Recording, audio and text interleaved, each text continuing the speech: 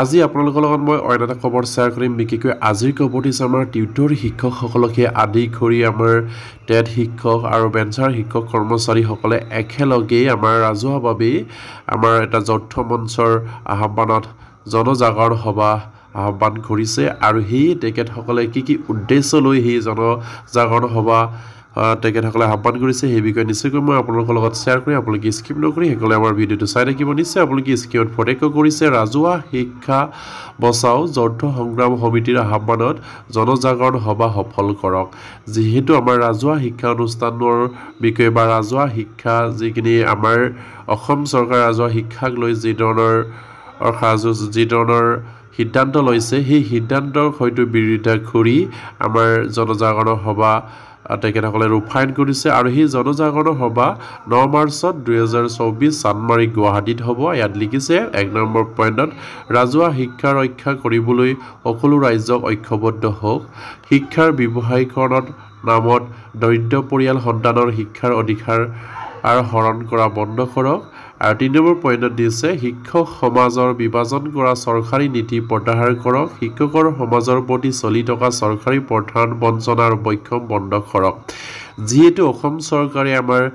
শিক্ষা অনুষ্ঠানবিলাকক বিভিন্ন ধৰণৰ শিক্ষক নিযুক্তি ৰাখিছে আৰু সেই বিভিন্ন ধৰণৰ শিক্ষক নিযুক্তিটো নিশ্চয় আপোনালোকে গম পায় এতিয়া অসম চৰকাৰৰ যিবিলাক চৰকাৰী শিক্ষা অনুষ্ঠান আছে সেই চৰকাৰী শিক্ষা অনুষ্ঠানবিলাকলৈ যদি যায় তেনেহ'লে নিশ্চয়কৈ তাত এজন ৰেগুলাৰ টিচাৰ পাব আৰু কণ্টেক্সুৱেলৰ এজন শিক্ষক পাব আৰু ঠেট শিক্ষকৰ কণ্টেক্সুৱেল পাব আৰু ষ্টেট পুলৰ হয়তো শিক্ষক পাব টেট শিক্ষকৰ আৰু টিউটৰ শিক্ষক বুলি ভাৰিখন কৰি আমাৰ অসম চৰকাৰে শিক্ষক সমাজৰ মাজতো বিভাজন কৰিছে আৰু সেই সকলোবিলাক শিক্ষকক ৰেগুলাৰ কৰিব লাগে বা ৰেগুলাৰ পে প্ৰদান কৰিব লাগে বুলি অসম চৰকাৰৰ লগত বাৰম্বাৰকৈ আমাৰ এই শিক্ষক কৰ্মচাৰীসকলে দাবী উত্থাপন কৰি আহিছে আৰু ইয়াৰ পাছত ইয়াত লিখিছে যে শ্ৰদ্ধেয় ৰাইজ বৰ্তমান সময়ত আমি প্ৰত্যক্ষ কৰিছোঁ যে সমাজৰ বিভিন্ন অংশৰ ৰাইজৰ নিজৰ প্ৰাপ্য অধিকাৰ আৰু ন্যায় বিচাৰি আন্দোলন নামিব বাধ্য হৈছে এই আন্দোলনসমূহ দাঙি ধৰা দাবীসমূহৰ ভিতৰত ৰাজহুৱা শিক্ষা ৰক্ষাৰ দাবীত অন্যতম এক গুৰুত্বপূৰ্ণ দাবী ৰাজহুৱা শিক্ষা ব্যৱস্থা ৰক্ষা আৰু শক্তিশালী কৰাৰ সৈতে অসমৰ লাখ লাখ দৰিদ্ৰ পৰিয়ালৰ সন্তানৰ শৈক্ষিক জীৱন তথা ভৱিষ্যতৰ ৰাজহুৱা শিক্ষা অনুষ্ঠানসমূহত কৰ্মৰত হাজাৰ হাজাৰ শিক্ষক কৰ্মচাৰীৰ জীৱন জীৱিকাৰ নিৰাপত্তা তথা মৰ্যাদাৰ দৰে অতি স্পৰ্শতাৰ বিষয় জড়িত হৈ আছে বৰ্তমান আন ক্ষমতাত অধিষ্ঠিত চৰকাৰখনে ৰাজহুৱা শিক্ষা ব্যৱস্থাক শক্তিশালী কৰাৰ পৰিৱৰ্তে বিলোপ কৰাৰ নীতি গ্ৰহণ কৰিছে আৰু সেই নীতিৰ আধাৰত একত্ৰীকৰণৰ নামত 11,000খনতকৈ অধিক শিক্ষা অনুষ্ঠান বিলোপ কৰিলে আৰু ফলতঃ 8,000তকৈ অধিক শিক্ষকৰ পদ বিলোপ হ'ল আৰু অসমৰ প্ৰায়বোৰ শিক্ষা অনুষ্ঠানত ৰাইজে আৰম্ভ কৰিছে আৰু ৰাইজৰ তেজ গাম আৰু গাঁঠিৰ দৰে নিৰ্মাণ কৰি শিক্ষা অনুষ্ঠানসমূহ চৰকাৰে বিলোপ কৰিবলৈ কোনে অধিকাৰ দিলে আৰু চৰকাৰীৰ সেই নীতিৰ উদ্দেশ্য হৈছে যে পুঁজিপতি তথা কৰ্পৰেট গোষ্ঠীৰ মালিকাধীন ব্যক্তিগত শিক্ষা অনুষ্ঠানসমূহৰ ব্যৱসায়িক স্বাৰ্থ সুৰক্ষিত কৰা আৰু দৰিদ্ৰ পৰিয়াল সন্তান ব্যয়বহুল ব্যক্তিগত খণ্ডৰ শিক্ষা অনুষ্ঠান শিক্ষা গ্ৰহণ কৰাটো সম্ভৱ নহয় ফলত সেই লাখ লাখ ল'ৰা ছোৱালীৰ শৈক্ষিক জীৱনৰ চৰকাৰে অন্ধকাৰ নমাই আনিছে আৰু আনহাতে এই নীতিৰ আধাৰতে চৰকাৰে শিক্ষা অনুষ্ঠানসমূহত কৰ্মৰত স্থানীয় অস্থায়ী ঠিকাভিত্তিক প্ৰাধিকৃত অপ্ৰাধিকৃত টেট টিউটৰ আদি বিভিন্ন নামাকৰণ তথা বৰ্গত বিভাজন কৰাৰ ষড়যন্ত্ৰ চলাই গৈছে আৰু দশক ধৰি শিক্ষাদান কৰাৰ পিছতো তেওঁলোকৰ শিক্ষক হিচাপে চৰকাৰী স্বীকৃতিৰ পৰা বঞ্চিত কৰি ৰাখিছে নিশ্চয়কৈ এটা গুৰুত্বপূৰ্ণ বিষয় সেই বিষয়টো যিহেতু আমাৰ ৰাজহুৱা শিক্ষা অনুষ্ঠানবিলাকক অসম চৰকাৰে একত্ৰীকৰণৰ নামত নিশ্চয়কৈ বন্ধ কৰি গৈ আছে আৰু সেইবাবে আমাৰ সেই প্ৰতিবাদী কাৰ্যসূচী ৰূপায়ণ কৰিছে আৰু সেই যিখিনি চৰকাৰী শিক্ষা অনুষ্ঠান আছে সেই শিক্ষা অনুষ্ঠানবিলাকত বিশেষকৈ আমাৰ টিউটৰ শিক্ষক আছে টেট শিক্ষক আছে আমাৰ ঠিকাভিত্তিক শিক্ষক আছে অস্থায়ী শিক্ষক আছে স্থায়ী শিক্ষক আছে অপ্ৰাধিকৃত শিক্ষক কৰ্মচাৰী আছে এই সকলোবিলাক ৰাজহুৱা শিক্ষাখণ্ডৰ লগত জড়িত আমাৰ সেই সকল শিক্ষক কৰ্মচাৰীৰ সমস্যাখিনি সমাধান কৰাৰ বিপৰীতে অসম চৰকাৰে যিমান পাৰে আমাৰ ৰাজহুৱা শিক্ষা অনুষ্ঠানবিলাকক তেখেতসকলে হয়তো বন্ধ বা একত্ৰীকৰণৰ নামত বন্ধ কৰি গৈছে বুলি তেখেতসকলে ইয়াত দোষাৰোপ কৰিছে আৰু যিমানবিলাক আমাৰ শিক্ষকৰ সমস্যা আছে টিউটৰকে আদি কৰি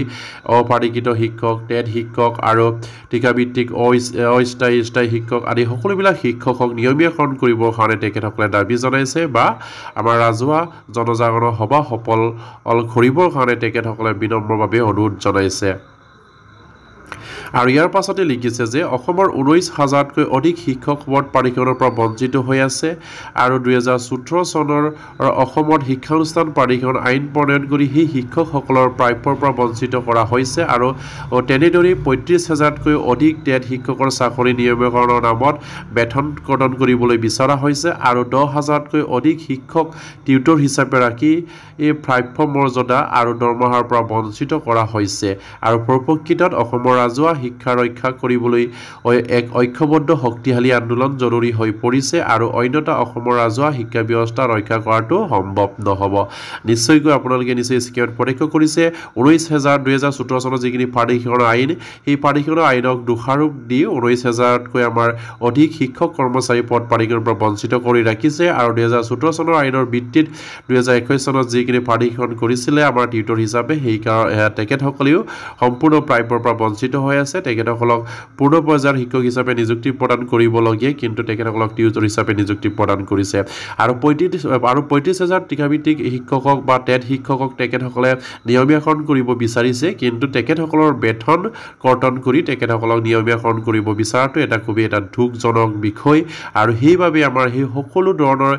শিক্ষক কৰ্মচাৰীয়ে একগোট হৈ সেইখিনি প্ৰতিবাদী কাৰ্যসূচী গ্ৰহণ কৰিছে আৰু সেয়ে আহক চৰকাৰৰ ৰাজহুৱা শিক্ষা বিৰোধী নীতিৰ বিৰুদ্ধে অসমৰ সকলো শিক্ষক সংগঠন ছাত্ৰ যুৱ সংগঠন শ্ৰমিক কৰ্মচাৰী মহিলাকে ধৰি এই সমাজৰ সকলো অংক ৰাইজ ঐক্যবদ্ধ হওক আহক এই উদ্দেশ্য অহা 9 মাৰ্চ 2024 জনজাগৰণ সভা সফল কৰি তোলো নিশ্চয়কৈ তেখেতসকলৰ উদ্দেশ্যখিনি সফল হওক আৰু অসম চৰকাৰে যেন আমাৰ এই ৰাজহুৱা শিক্ষা অনুষ্ঠানবিলাক একত্ৰীকৰণৰ নামত বন্ধ কৰাটো বন্ধ কৰে আৰু আমাৰ শিক্ষক কৰ্মচাৰীসকলৰ যিখিনি সমস্যা আছে অপ্ৰাধিকৃত শিক্ষক কৰ্মচাৰীসকলক অতি সোনকালে প্ৰাধিকৰণ কৰিব লাগে আৰু টিউটৰ শিক্ষকসকলক নিয়মীয়া শিক্ষকলৈ আপগ্ৰেড কৰিব লাগে ৰেগুলাৰ টিচাৰ হিচাপে আৰু যিসকল আমাৰ টেট শিক্ষক বেতন কৰ্তন কৰি তেখেতসকলক ৰেগুলাৰ কৰিব বিচাৰিছে তেখেতসকলকো সেইখিনি যিখিনি বেতন কৰ্তনৰ যিখিনি নিয়ম সেইখিনি উঠাই লৈ তেখেতসকলক পূৰ্ণ পৰ্যায়ৰ শিক্ষক হিচাপে কোনো বেতন কৰ্তন নকৰাকৈ আপগ্ৰেড কৰিব লাগে বা তেখেতসকলকো ৰেগুলাৰ কৰিব লাগে বুলি দাবী উত্থাপন কৰিছে আৰু ইয়াৰ পাছত তেখেতসকলৰ 1 নম্বৰ যিখিনি দাবী আছে ইয়াত লিখিছে আমাৰ দাবীসমূহ 1 নম্বৰ ৰাষ্ট্ৰীয় শিক্ষা নীতি অনুসৰি একত্ৰীকৰণৰ নামত স্কুল কলেজক বিলুপ্ত কৰা বন্ধ কৰক আৰু 2 নম্বৰ পইণ্টত আছে 2014 চনৰ আইনৰ পূৰ্ণ সংশোধন কৰি সকলো অপ্ৰাধিকৃত শিক্ষা অনুষ্ঠান আৰু 2013 আৰু 21 চনত বঞ্চিত সকলো শিক্ষক কৰ্মচাৰীক বিনা স্বাৰ্থে প্ৰাধিকৰণ কৰক আৰু 2014 চনৰ আইন মতে যিখিনি অপ্ৰাধিকৃত শিক্ষা অনুষ্ঠান আছে বা 2014 চনত যিখিনি আইনক দোহাই দি বঞ্চিত হৈ আছে তেখেতসকলক প্ৰাধিকৰণ কৰিব লাগে আৰু 2013-21 চনত বঞ্চিত আমাৰ যিসকল শিক্ষক কৰ্মচাৰীসকল আছে তেখেতসকলকো প্ৰাধিকৰণ কৰিব লাগে আৰু বিশেষকৈ 2014 চনৰ প্ৰাধিকৰণ আইনখন সংশোধন কৰিবলৈ তেখেতসকলে দাবী উত্থাপন কৰিছে আৰু 3 নম্বৰ পইণ্টত আছে প্ৰাধিকৃত টিউটৰ শিক্ষকসকলক অতি শীঘ্ৰে পূৰ্ণ পৰ্যায়ৰ শিক্ষকলৈ উন্নতিকৰণ কৰক আৰু যিহেতু আমাৰ প্ৰাধিকৃত যিসকল টিউটৰ শিক্ষক আছে তেখেতসকলক পূৰ্ণ পৰ্যায়ৰ শিক্ষক হিচাপে উন্নতিকৰণ কৰিবলৈ তেখেতসকলে 3 নম্বৰ পইণ্টত দাবী উত্থাপন কৰিছে আৰু 4 নম্বৰ পইণ্টত হৈছে যে বেতন সুৰক্ষা টেট শিক্ষকসকলৰ চাকৰি নিয়মীয়াকৰণ কৰক আৰু বেতন সুৰক্ষা প্ৰদান কৰি আমাৰ টেট শিক্ষকসকলৰ চাকৰি ৰেগুলাৰ কৰিব লাগে বা নিয়মীয়াকৰণ কৰিব লাগে আৰু 5 নম্বৰ কৈছে যে অসম চৰকাৰ শিক্ষা বিভাগে বিগত 4/2/2021 আৰু 23/9/2022 তাৰিখে পদ প্ৰাধিকৰণৰ পৰা অনা শিক্ষক কৰ্মচাৰীসকলক নিযুক্তিৰ তাৰিখৰ পৰা কাৰ্যকাৰী হোৱাকৈ অসম চৰকাৰ পূৰ্ণ পৰ্যায়ৰ চৰকাৰী কৰ্মচাৰী হিচাপে অন্তৰ্ভুক্ত কৰক যিহেতু আমাৰ অনা শিক্ষক কৰ্মচাৰীসকলৰো সমস্যা আছে তেখেতসকলক ফিক্স পে হিচাপে প্ৰদান কৰি আহিছে প্ৰাধিকৰণ কৰি আৰু সেয়ে তেখেতসকলকো পূৰ্ণ পৰ্যায়ৰ কৰ্মচাৰী হিচাপে অসম চৰকাৰ কৰ্মচাৰী হিচাপে নিযুক্তি প্ৰদান কৰিব লাগে বুলি তেখেতসকলে দাবী উত্থাপন কৰিছে আৰু ইয়াৰ পাছতে লিখিছে ইয়াত প্ৰত্যক্ষ কৰিছে তেখেতসকলৰ বিষয়ববীয়াসকলৰ নাম দিয়া আছে আৰু সেয়া নিশ্চয়কৈ আমাৰ প্ৰত্যেকগৰাকী শিক্ষক কৰ্মচাৰী যাতে নেকি সেই সভাত অংশগ্ৰহণ কৰি সফল ৰূপায়ণ কৰে আৰু সেই সভা নিশ্চয় আপোনালোকে স্ক্ৰীনত প্ৰত্যক্ষ কৰিছে সেই দিনটোত তেখেতসকলে ধাৰ্য কৰিছে 9 মাৰ্চ 2024 আৰু চানমাৰী গুৱাহাটীত সেইখিনি কাৰ্যসূচী হাতত লৈছে আৰু সেই প্ৰত্যেকগৰাকী আমাৰ যিমানবিলাক টেট শিক্ষকৰ আমাৰ শিক্ষক কৰ্মচাৰী আছে বিশেষকৈ কন্টেক্সুৱেল আৰু ষ্টেটফুল যিসকল এতিয়ালৈকে নিয়মীয়াকৰণ কৰা হোৱা নাই আৰু যিসকল টিকাভিত্তিক আছে আৰু যিসকল টিউটৰ শিক্ষক কৰ্মচাৰী আছে আৰু যিসকল অপাৰিগিত শিক্ষক কৰ্মচাৰী আছে আপোনালোকে সকলোৱে ওলাই আহক আৰু আমাৰ যিখিনি সমস্যা আছে ৰাজহুৱা শিক্ষা খণ্ডৰ সেই সমস্যাখিনি অসম চৰকাৰৰ পৰা আমি আজৰি আনো আৰু আমাৰ সমস্যাখিনি অতি সোনকালে অসম চৰকাৰে যেন সমাধান কৰে সেয়া নিশ্চয়কৈ আমি এইখিনি সমাধান কৰাবলৈ আমি নিশ্চয়কৈ আমি আন্দোলন কৰিবই লাগিব যদিহে অসম চৰকাৰৰ লগত আমি আলোচনা কৰাৰ পাছতো তেখেতসকলে যদি কৰাৰ পৰা বা তেখেতসকলে আমি যিখিনি আলোচনা কৰাৰ পাছতো তেখেতসকলে যদি কৰাৰ কোনো সিদ্ধান্ত নলয় বা সিদ্ধান্ত লৈও তেখেতসকলে যদি নকৰে তেনেহ'লে নিশ্চয়কৈ আমি আন্দোলনৰ পথ বাছি ল'বই লাগিব আৰু সেইকাৰণে প্ৰত্যেকগৰাকী আমাৰ শিক্ষক কৰ্মচাৰীকে আদি কৰি আমাৰ যিমানবিলাক ৰাজহুৱা খণ্ডৰ লগত জড়িত আমাৰ যিমান আন ব্যক্তি আছে তেখেতসকলেও সেই সভাত অংশগ্ৰহণ কৰি সফল ৰূপায়ণ কৰিব বুলি আশা ৰাখিলোঁ আৰু আজি ভিডিঅ'টি ইমানতে শেষ কৰিলোঁ প্ৰতিগৰাকী শিক্ষক কৰ্মচাৰী জানে নেকি এইখিনি খবৰ পায় আপোনালোকে শ্বেয়াৰ কৰি দিব আৰু এতিয়ালৈকে আমাৰ চেনেলটো যদি ছাবস্ক্ৰাইব কৰে কালি ছাবস্ক্ৰাইব কৰিব নমস্কাৰ জয় আইকম